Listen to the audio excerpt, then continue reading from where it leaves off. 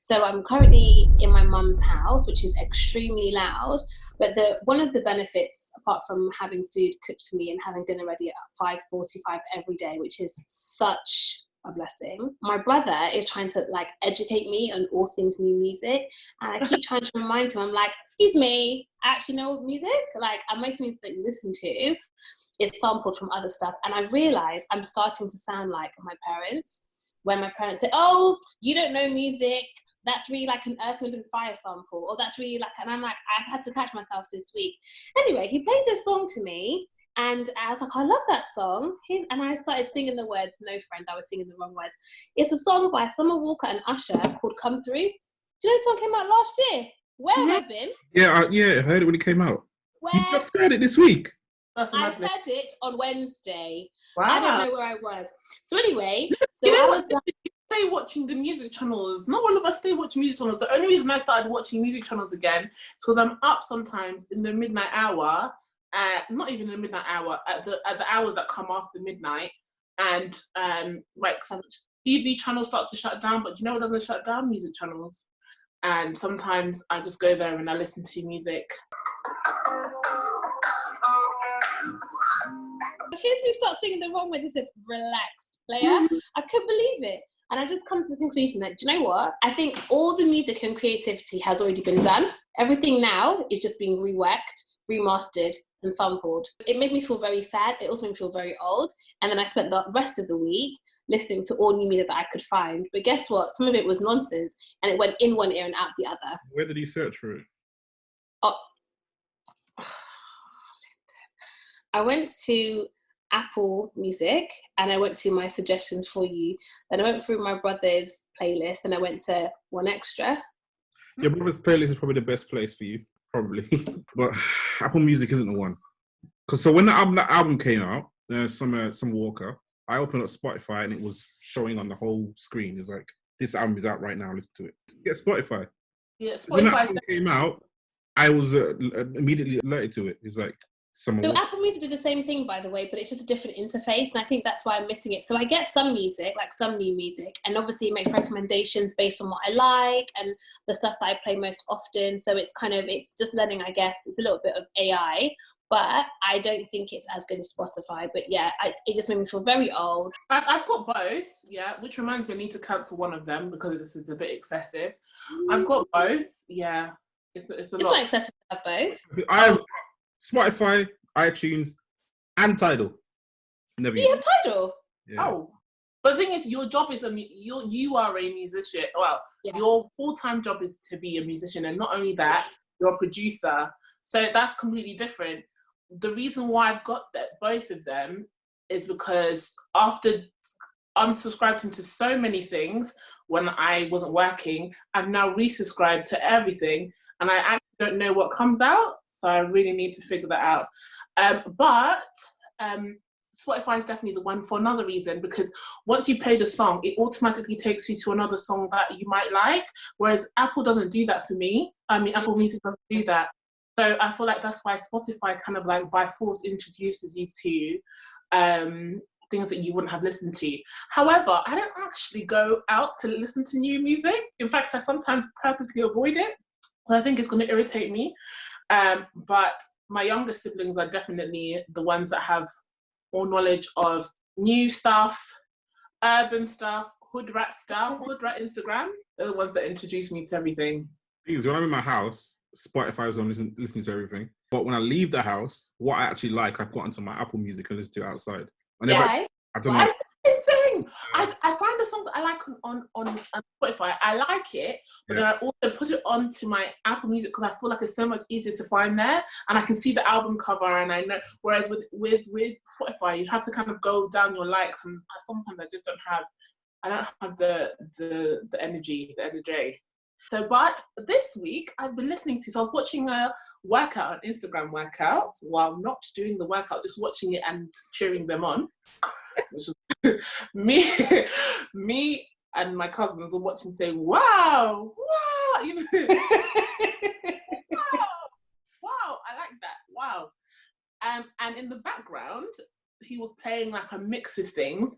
And then, have you ever had this experience where you hear a song, you can hear, because it was so mixed, I couldn't really hear the tune, but I could hear the lyrics, and my brain was like, you know these lyrics, and I was saying the next lyrics, I was like singing along with it, but I couldn't figure out what song it was.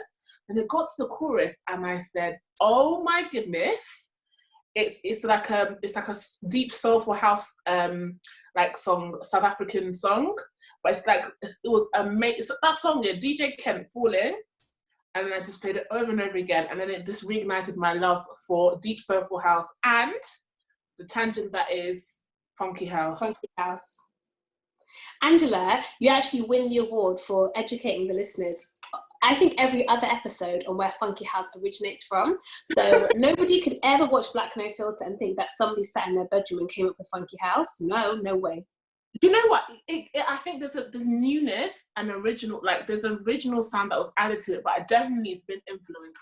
I believe that it's definitely been heavily influenced by South African deep soulful house. There's no way like it has not been. And that, friend, is my take. But I just had a good time, and then I listened to the same thing on repeat. But yeah, I haven't been listening to new music. But Lyndon is the king of new and current music. The king? Yeah, because out of all of us, because you've been known to all of those children.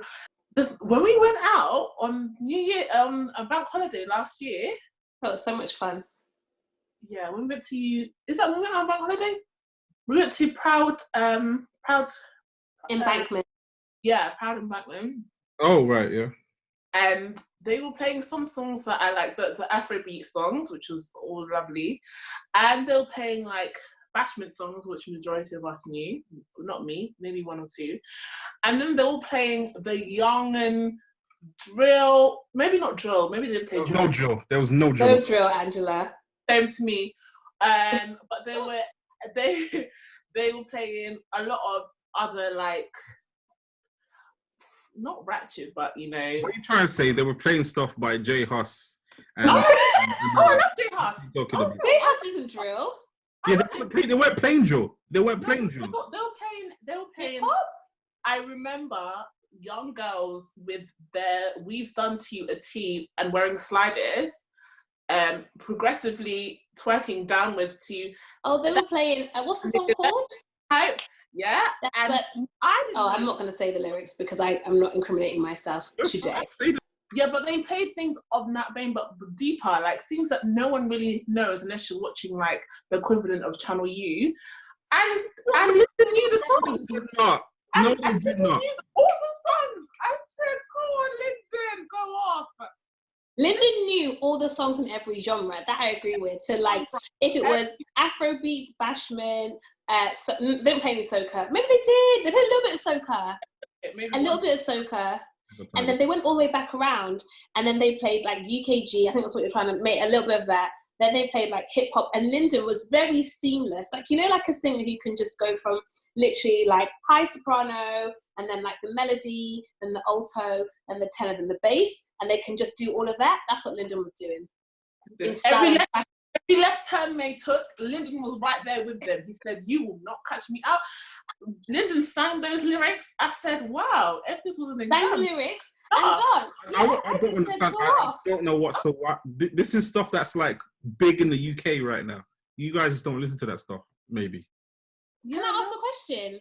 Why am I friends with a producer, musician extraordinaire, if you're not going to share with me the things that you're learning about the UK music scene? But I expect everyone to know it because it's the UK where we live right now and we're black. I think it's fair to say that at the beginning of this conversation, I said that I don't know a song from 2019. So obviously I don't know stuff. I think it's your responsibility as a friend, nay, as a fellow podcaster on Black No Filter, to educate us. You know, I only hear from my little brother or my youngest sister who be knowing them. my brother will be like rapping random songs around the house and we'll be telling him to shut up, and then or later I'll start hearing those same notes, or I don't even tell him to shut up anymore. He'll be singing the same set of lyrics over and over again. and I'll just start repeating them, and then he'll get really annoyed and stop singing them because I'll be singing it in a completely different tune. I might put the words to him tune just to put him off singing them. But I remember there was a time when Jordan was going around. Actually, not to embarrass myself. He was going around the house doing certain dances, and I thought, what the hell, is he okay? Is everything okay with you, Jordan? And then I realized they were actual real dances. When I saw people doing them at carnival, I said, wow. What was he doing? Left, right. That you thought, Isaac. I mean, Linda, you know. Gunlean. You tell me you didn't know what a gunlean was. No. Please tell me you've heard the song at least. I've seen it. My brother do it, and I've seen other people do it afterwards. But initially, I thought that not everything was well with him. Angela, no, we're not having that. You're sounding old. Do you know what? This is why I get on with people that are way, way, way younger than me, because me and Leo are enjoying the hell out of our lives with the music that we're playing. And Stephanie's like, oh, what is this? What's this? What's this? Maybe if you educated her, so we all knew, so we could all join in and do left, right. Maybe then we could all do it together. Yeah, but if you're not paying attention, I mean, I don't know what you're learning. Oh, Lyndon, we can't be helped. Basically, you're saying we're a lost cause, and I don't like that. I don't even want to know. If I'm really, really honest, I don't really want to know. Because you don't want to know. I actively avoid it. Like, don't pretend like you want to know. If we and Anne gets the aux cord, I feel so angry and sad. And when I get the aux cord, she gets annoyed because I'm playing tunes that are just irrelevant to her, she says. But, well, actually, maybe not like, because she's going to get vexed when she sees this. I like some of the music, and so does Cynthia. Cynthia likes some of the music. Majority, she likes Beyonce. Anything Beyonce, she's happy. But for me, there's a section of what I listen to that they're not interested in, and then there's a section of what they listen to that I'm just not interested in. And then Jordan just listens to something completely different. I can't even, all of that gang stuff. Do we need to revise every week? No, you need to give us homework. Don't be telling us that we need to do better and you can't help us. No, you need to help us. But why do we need to do better again? You can't do better if you don't want to do better. So I want to do better. Angela is lost. The song can play, and she's okay with it. I will listen to Brandy Never Say Never that album several times. Angela, at some point you're gonna have to come to 2020. I think I've reached my like sweet spot in terms of music, and I want to be one of those old people that refuse anything after. I understand how the late 90s and early 2000s was like a really great time in R&B. I get that, but people are still making good music now.